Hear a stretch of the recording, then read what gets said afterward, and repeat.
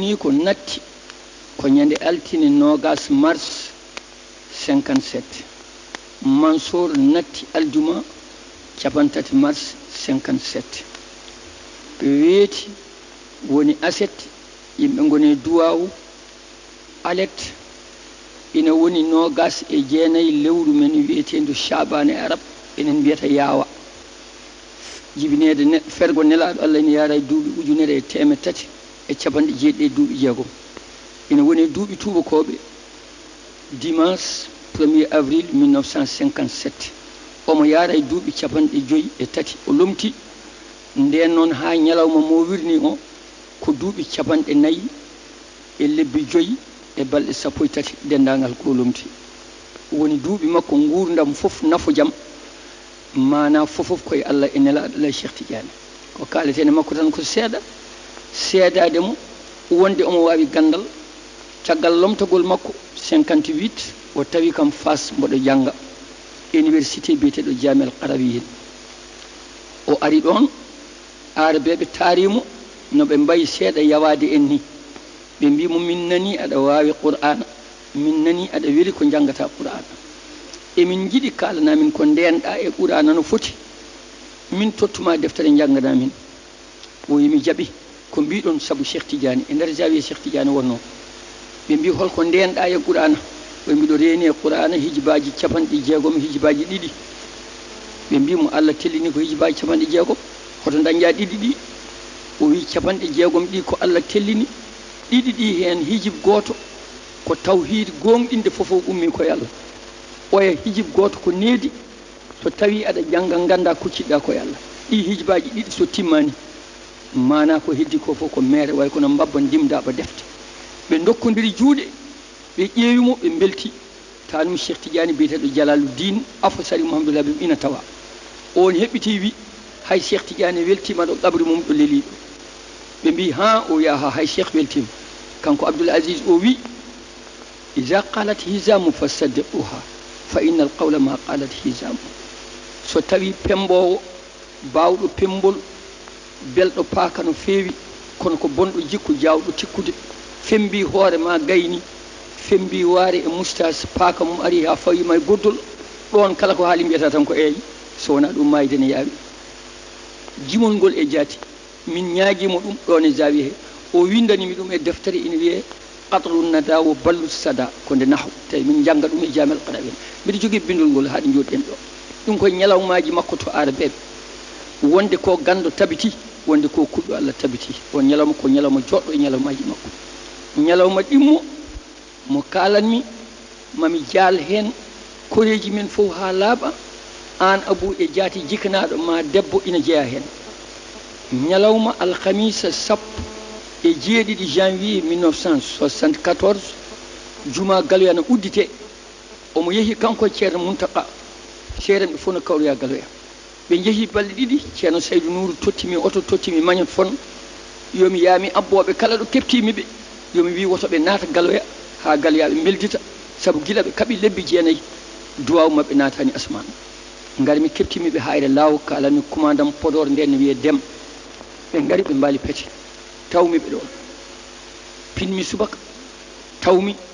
nguy e Tébégout e Gajoɓe e bokkeji ɗi foof ina ndendi ɗo pete ɗo ñande hen ko weltare jiknaɗo ma debbo e jaati ina tawa kam fof eɓe ngari ɗum waɗi mbiɗa jaala petenaɓe mbiɗa jaala bokke mbiɗa jaala nguy mbiɗa jaala julɓe foof nattugol Alhaji Abdoul Aziz Sy Malick e oɗo ñalawma soɓe ciftori ɗum mbimomi kanko Abdoul Aziz damuɗe nayyi koccodirɗe ɗo ɗe damal funnague ngal ko damal galle Aliou Pendo jibini nenam damal worgo ngal ko damal galle Diagraf Samba Moudou jibini babam damal rewo ngal ko damal Juma yimɓe fof poti hen damal hirnague ngal ko damal galle Amadou Mokhtar Jamli ɗo bindanami ba ɗo bindami Bakara petenaɓe ko seedeji oy ko kon mbiɗa mahi ɗo galle noon innirmi ɗum ko Cheikh Oumar duuɓi ɗiɗi galle o udditaka jinmi ko nduwoɗa o wi bisimillahi min uddita galle o omo wonde ceerno Muntaka o ɓoori paɗe makko neɗɗo jogue junggo o natirta e galle he paɗe o naati kala hen huɓere o juuli hen o duwi hen ɗo huɓere ɗo tandiraɓe Cheikh Oumar jeeɗiɗo jippima e mayre caggal makko tandiraɓe Cheikh Tidiane sappo jippima e huɓere he caggal makko e yamirore ceerno souleymani e yamirore ceerno abou petanaɓe ne ceedi ɗum sappo e ɗiɗo almudo ñanganajo hokkama ɗon lijja ina hoɗe galle he mbiɗa hokki ɗumen saabi Allah 92 garmi tawmi hen ɓalal ne yani tawmomi jahsaw mbimomi ceerno galle duynoɗa o kalmi ɓuure dañaɗi hen ɗe foof mbimi joni noon hen ɓalal yani o ala galle Cheikh Oumar yanata mbimi ɗum noon waɗi hen duwaw o waɗi hen duwaw gartumi e makko rawane woni photo kollumami joni o mbimomi ceerno galle jannoɗo o mi ɓamti ɗum hami waɗi ɗon étage miɗo waɗi cuuɗi tati dow mi hokki almuɓe qurana nani hen min koɗmi ko less o wi waw kay Cheikh Oumar mo baax yowitam ya muus o wi Cheikh Oumar ko moƴƴo annene aɗa ƴoƴi galle o nan ɗon ha joni ɗum koye ñalawmaji makko moƴƴi jeeya poɗɗi haaltede mboɗo jaala pete jeeri Eliman Mamoudou Eliman ceerno Abou Siwa Eliman mana babali galle alhaji Ismaila Eliman Samba Thiam Jam Sal mboɗo jaala nguy jaltaɓe wuuro ngo e yimɓe dental ngal fof ha laaɓi mbiɗo jaala nene ma an mana Abou saabu ñande hen eɓe tawa mbiɗo jaala Gadio Ousmane mbiɗo jaala koleji ɗi fof tawanoɗo ñande hen Abdoul Aziz Sy Malick ina jeeya e ñalawmaji makko ñande 10 avril ɓennuɗo o goto nattiɗo galle Cheikh Tidiane ɗo ko gorgol mum Sarif Mouhamadoul Habib wiye Lalla Dadda jaadumi e Seydi Haydara e Mahmoudou Ly to makko min tawimo Tiwawon min mbimo mana Sarif o wimo min jiiɗi ko debbo o ubboye Marrakech o wi holko haɗi on nawdemo toon Sarif deƴƴi o wi Mamoudou Dia ko haɗi mo nawe toon wimi kalis o wi no foti ko nawatamo toon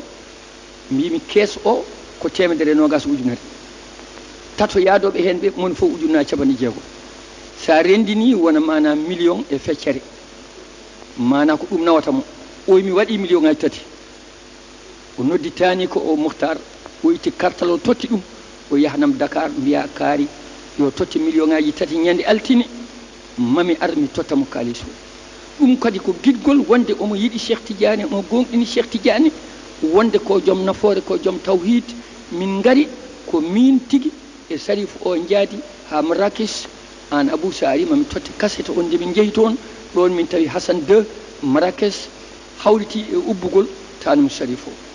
ina jeeya e gueɗe makko ko wawa haalade ko wawa haaltade guiɗgol makko e Saydou Nourou guiɗgol makko e galle Cheikh Oumar mana e 85 mbiɗa ummi Fouta Mawlud garmi wuuro ngo Sinthi ngo no wiye Ayni Madi taw mi paɗe kewɗe ne ɓoora yimɓe ne boowal mbimi ko ɗum woni ɓe mbi ko ceerno woni ɗo garmi naatimi galle o jettimi woodi ko mbanmi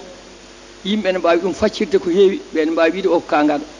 ɓe ne mbawi wiide o ko bonɗo needi ɓe ne mbawi wiide o ko ɗayɗo ɓe ne mbawi wiide o ko joom haaju ɓe ne mbawi wiide mata ko nelaɗo garmi tan tawmi yimɓe fof no jooɗi juumi yimɓe ɓe ɓe jiimi waɗi boowel fof mi ɓenna ha jettimi damal suudu huuɗo omo toon yimɓe ɓe ɓuuri ujunere boowal mbindumi kayitel mbindumi hen ko nguɗi tati alhaji Mamoudou Dia liggotoɗo galle Cheikh Oumar Sehil Seydou Nourou cornumi kayitel ngel e bafal kayitel ngel naati o heeɓi kayitel ngel o yalti kanko hoore makko won faɗɗe mo balɗe ɗiɗi won faɗɗe mo balɗe tati omo jogui ruumuji dolokke e simis tuuba toof poti no haalpulaar ummiɗo joni joni Fouta ni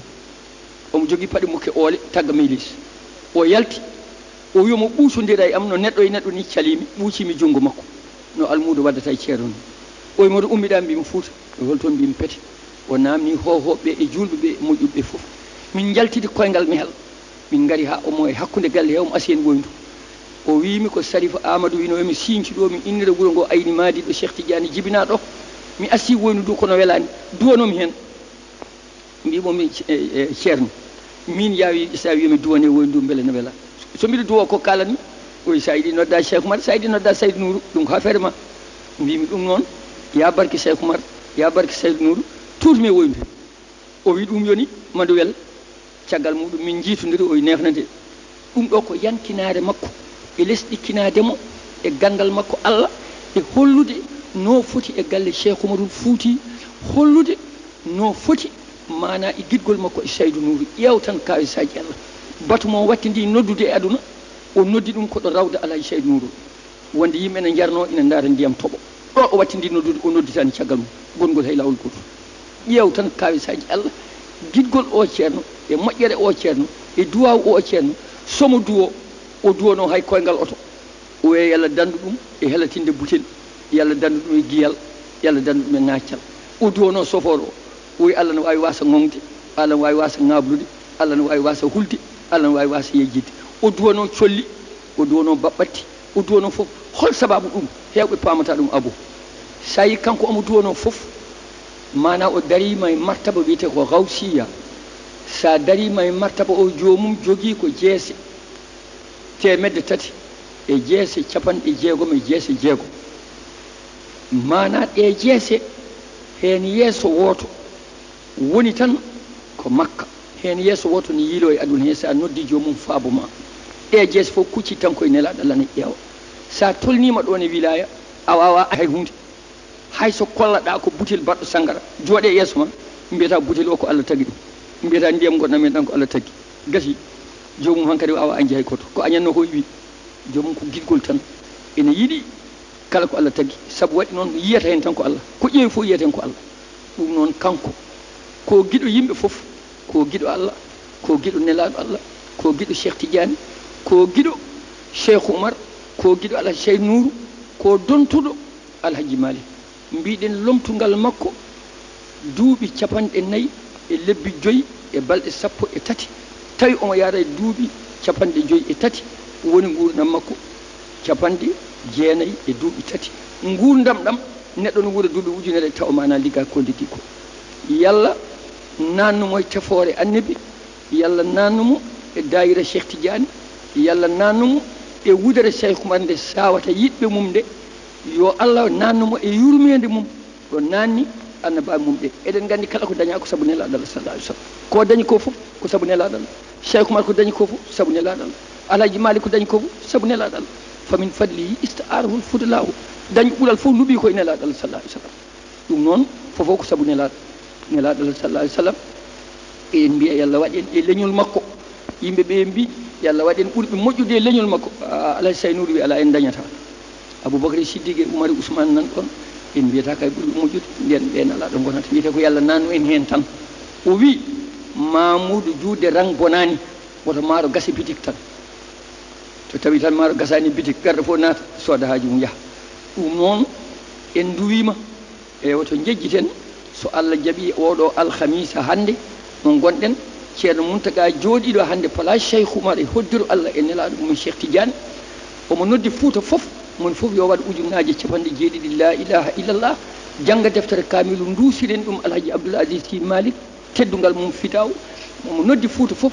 yo ar omo yaha jaaloyde Tiwawon ɗum noon mana so Allah jaaɓi ɗo kaleten joni so Allah jaaɓi sen gayni tan en pokkittu enen fof paɗen joni ko Tiwawon eɗen jaada e ceerno Mountaga duwaw e inde Fouta fof Alhaji Abou holko mbiɗa mbiɗa sikki mi sikkani mi nana e heɗiyankoɓe kala paami nde wonno haaloɓe pulano mbiya ko jombourlo pata ko musami fof hocca an a andu kalɗa gandal nde tawno ɗo ɗo joɗɗen eɗen mboɗo yeɓana tan kono ñamtugal walla ñalgal ngal kalɗa nane aɗa salmude makko addari wuude silmade ɗum ɗo holli jokkudal tingal wiide ne yettamo no mbiɗa ni gasta e ñalawma gasta e waktuji ɗiɗi ko ɓuuri yodde yimɓe ɓe ko yiddemo fuutankoɓe yidde ɗemgal ngal yidde leñol ngol hayso tawi o nanata ko ɓuuri yodde yimɓe goɗɗum ko jokkudal makko e galle Cheikh Oumar holko mbawɗa ɓeydude hen seeɗa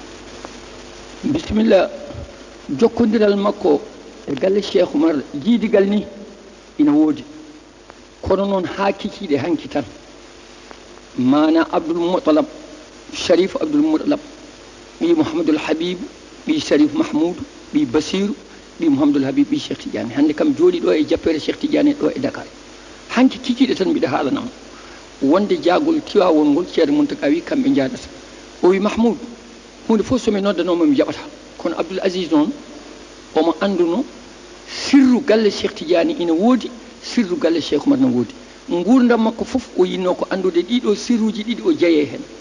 Allah hoddiri o mayani haw andi sirruji ɗiɗi fof haw jeeya sirruji ɗiɗi fof nattugol ceerno Amadou Bocar Alpha Hoore Fonde minen jaadi won toon balɗiɗi uddirgol juma ndendori minen jaadi o woni toon balɗiɗi madina jaajɓe minen jaadi o woni toon balɗiɗi kala ko dille Fuuta omo tawa ko gidgol makko e Fuutankoɓe kala haal pulaar garɗo ɗo e makko o ittani ɗum gueɗal mana uddital juma galoya ko minen jaadi ko gidgol makko e Fuutankoɓe no hoñire Fuutankoɓe no hoñire galle Cheikh Oumar kono noon o haali o wi gidgol makko e galle Cheikh Oumar ko taasa mawɗo joƴƴinaɗo peñ sukara ɓolta ha gasi joƴƴinaɗo hakkude ɗo peñ o heppanaka heñanaka saayi ha gasi e nder ndiyam he sa wi aɗa itta a wonta dañ sukara sa rufi a wonta dañ ndiyam hankkadi gasi hen ko noon o wayi e galle Cheikh Oumar noon wi kadi ne Alhaji Malick ko noon sayiri ha gasi e galle Cheikh Oumar saabu Cheikh Oumar inni Alhaji Malick lomtini ɗum hoore mum ko tawi Alhaji Malick suwa jibinede ɓe kawri aduna duuɓi jeegom kono ɓe jiididani Alhaji Malick lomtini Alhaji Saydou Nourou ko joguino foof totti ɗum ko 1914 ɗo Tiwawon ɗo lomtinimo Khalifa Tidiane lomtinimo président consultatif hakkude julɓe e heefa waɗimo ɗum kanko Saydou Nourou kanko Alhaji Malick o itti ɓiyi ko debbo o hokki Alhaji Saydou Nourou ko banum debbo Serigne Abdou Moudjidi Humay Baba o nangi kadi ɓiɓɓe makko o fecci o itti Serigne Abdou o wi an ka feccere Saydou Nourou yo nehe Saydou Nourou ina jogui bandi ko debbo Moudjidi Humay Baba Saydou Nourou nehimo kanko Serigne Abdou Saydou Nourou ko almudo bammakko Saydou Nourou nehimo needimo ceerno Muntaga ɓe mbay kono jiiduɓe Humay Baba mana gueɗe makko foof ko Saydou Nourou habaru makko fof ko Saydou Nourou nde o lomti khalifa o Babacar wiyete noon tan ko Khalifa Tidiane lomti ko bamum kono khalifa général fuɗɗi koye makko kanko Serigne Abdou ɗum inniri ɗum ko Saydou Nourou e tawede Muntaga ceerno Muntaga Fuutankoɓe mbi soko tawi mana mi anda so tawi mana lingu ñaami jumri haɗa yettude jumoynoɗo yo yettu garɗo lawƴi kaake ɗe to maayo ngo eɗen gandi Cheikh Oumarul Fouti neɗɗo wi en malama ken Tidianiyankoɓe Alhaji Malick wi ande haali ko mawni laawol Tidiane sinno ko toɓo siltata ko Fass kono ko ilam regi yeehi ha Makka Cheikh Oumar rondi hen ko wawi ko heddi ko mana woni lapito haɓɓi hen ɓoggi addi so wonano kanko ma leel nofru ɓaleeru wirdani salatu fatiha ɗum noon tawde laawol Tidiane Cheikh Oumar ko almudel almudo min Alhaji Malick somi woni hen dongo yoni kam min dey Alhaji Malick somi yanananoma komi almudo Cheikh Tidiane so Sénégal fof woppi Allah mami gaddo ɗumen kono mi yananaka ɗum noon yallah limtu en hen ɗum noon hade goɗɗo fof yettede caggal yettede Allah e nelaɗo Allah Cheikh Tidiane Cheikh Oumar ne foti yettede kanko yaañi ɗo laawol ngol kanko sari ɗum mawnini ɗum teddini ɗum e ngal gueɗal noon Allah famni Abdoul Aziz e ngal gueɗal Allah holli Abdoul Aziz e ngal gueɗal Allah nanni Abdoul Aziz o naati e ngon maayo gidgol maayo famamuya maayo gandal maayo waliyagal toujours o jogui ko wiyete ruhul qudsi woni joomum yimɓe fof tampa kañum tampata no duuɓi ɗi poti ni so jooɗima o ɓaggima gasi Alhaji Saydou Nourou wi saɗa hersannomo walla saɗa yiiɗi yiide tikkere makko ɗacco joɗo o waajo o wi so jooɗima omo waajo o natti jogade esiko o natti jogade bandiko o natti jogade sehil makko o yiya tan ko Allah nelaɗo Alhaji Saydou Nourou wi Abdoul Aziz e haqiqa mana ko ɓi Alhaji Malick kono e haqiqa ko ɓi Aboubacry Siddiq Alhaji Saydou Nourou wi Abdoul Aziz so tawi aɗa yiɗimo no diine ma foti fof ma ya aljanna so tawi a añimo no diine ma foti fof ma ya jaygo ɗum noon wonɗo yettinimo ɗon ko gidgol Allah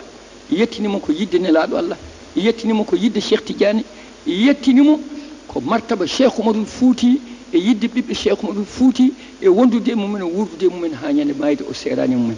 no yiɗi Fuutankoɓe ni noon ɗum no hawni sa joɗodima e makko wona tan koye namdadema Fuutankoɓe o wona e namdadema ceerno Amadou Bocar mana ceerno Tillere on koɗo guijilon o namnoma ceerno Yero Kudejo Kebbe o koɗo baroɓe Jakel o namnoma ceerno Hadrani Elimane e ceerno Jamli ɓe koɗo Salde Tebgourta o namnoma ceerno Hamadi Mali o koɗo Diaraguel o namnoma ceerno Ndiaye Oumar o koɗo Babaɓe o namnoma Alpha Moussa mana o koto Fanayi o namnoma ceerno Amadou Ibrahima Dad o koto Njum o namnoma ceerno Mamadou Aw o koto Ceelaw o namnoma Alhaji Mamadou Moussa Ly Dara Halayɓe o namnoma alhaji Mamadou Lamine o ko o namnoma ceerno Mamadou Lamine Jiggo o mana ha joni koto Demet o namnoma moƴƴuɓe Fouta o namnoma haw namnoma ɓeya anda a miijotako Mamadou Abbas en mana o namnoma ceerno wanɓe mana ha joni Kanel hono Alpha Wane en o namnoma ceerno Amadou Boyinaji o namnoma ceerno Amadou Bocar Hoore Fonde kan kayeji o namnoma ceerno Abdourahmane Banaji o limta ha kaweɗa o neɗɗo mataw o jibina ko Fouta mataw ko toɗo mawni giɗgol makko mbimi e Fuutankoɓe kala moni fof ne jogui hen lowre no haaldi ko ɗum kawisaji Allah boom ko lowdi Allah tan e feccere Allah wona no neɗɗo yiɗi ni wayata kono Allah yiɗi yawani ko noon mbayata Fuutankoɓe mbi wona ɓe jiɗɗa gonata bandiraɓe ma ɓe jiɗɗa noon mbawi wonde sehilaɓe ma kono ɓe wonoɓe bandiraɓe ma ɓe ɗum ko Allah feccata ɗum noon kanko ko feccere Allah e nelaɗo mi Cheikh Tidiane ko feccere galle Cheikh Oumar wallahi ko feccere Fuutankoɓe fof ina jaalamo kañum en jahira mawɓe Fouta fof no gandimo moƴƴuɓe Fouta fof no gandimo eɗen jaalamo eɗen ciftina petenaɓe ñalawma makko e pete jeeri mo mbimi o ñalawma alhamisa 17 janvier 1974 pete fof e guy ina rendi ñamde makko hirande e bottari e kaccitari duusimo ha lugge on fayi udditoyde juma Galoya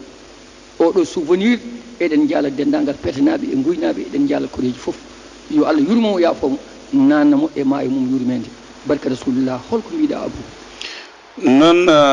alhaji Hadrani lollirɗo Mahamoudou Dia yo Allah yurme yafoma harnuma aljanna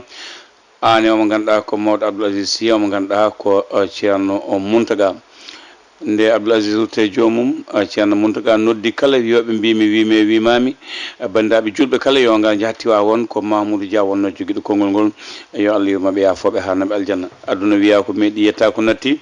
golle moƴƴe majjata golle moƴƴe mayata dendagal khalifaɓe diine e nder leydi Sénégal ɗo fulɓe goni kala suka e mawɗo debbo e gorko jeerendi e waalo o Kolda o Fuladu o Sénégal o yantalo Jolof o hayti diwan Dande Maayo mo kala en neldi ɗum duwaw en ñaganimo ɗum saabu eɗen gandi Abdoul Aziz Sy komo mabɓe komo men komo kala en mo kala dañi hen jeeyama hen woni hen alhaji Hadrani Mahamoudou Dia yo Allah yurmemo yafomo harnamo aljanna jetti musidɗo men alhaji Mamadou Ousmane Fati en jettimo no fewi kanko e wonde makko kala hen goto en jejjitani en jettimo ganduɗa ko kañum woni hono jignaɗo men Gagnaɗo Abdoul gonɗo ɗo Mbour ɗo ceerno Samba Gagnaɗo Ba oɗo saaha joni